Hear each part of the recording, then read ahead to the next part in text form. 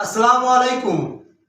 YouTube channel শখের খামারের পক্ষ থেকে আপনাদেরকে জানাচ্ছি আন্তরিক অভিনন্দন। আমরা এখন মোটামুটি অনেকেই ইনকিউবেটরে ডিম বাচ্চা ফুটে থাকি। এই শীতের দিনে আসলে আমরা যেটা সবচেয়ে বড় সমস্যায় পড়ি সেটা হচ্ছে আর্দ্রতা। এই আর্দ্রতাটা এই শীতের দিনে ঠিকমতো আমাদের উঠানো কষ্ট হয়ে পড়ে।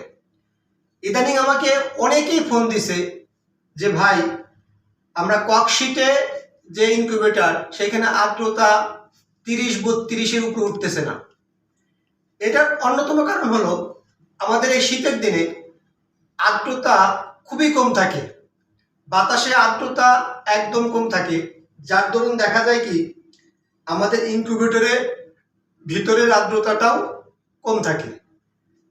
যেহেতু আমাদের শুরুতেই আর্দ্রতা দরকার হচ্ছে 50 থেকে 55, তাই আমাদের শুরুতেই আমরা কি করব, যদি নর্মালি পানি দেওয়ার পরে আর্দ্রতা 50-55 না হয় তাহলে আমরা এক্সট্রা কাপড় ভিজিয়ে আমরা এইভাবে চারপাশ দিয়ে দেবো। এই যে ঠিক এইভাবে চারপাশ দিয়ে আমরা দিয়ে দেবো। আমরা দেখব কতটুক কাপড় দিলে আর্দ্রতা 50 থেকে 55 হয়, ঠিক ততটুক কাপড় আমরা ভিজিয়ে 50 থেকে 55 দেব। আমরা সারাদিনে কয়েকবার এই কাপড়টা আমরা ভিজিয়ে দেব।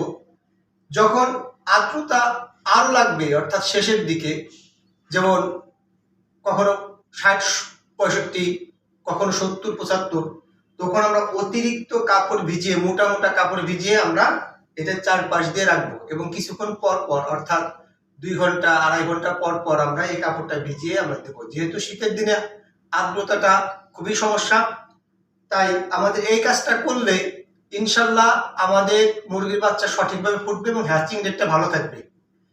তাহলে আমরা অবশ্যই বুঝতে পারছি যে শীতের দিনে আর্দ্রতাটা কিভাবে আমরা বৃদ্ধি করব, সেটা আমরা চেষ্টা করব যাতে আর্দ্রতাটা ঠিক রাখা যায়। যদি আর্দ্রতা ঠিক না রাখা যায় তাহলে দেখা যাবে মুরগির বাচ্চা সঠিকভাবে ফুটবে না।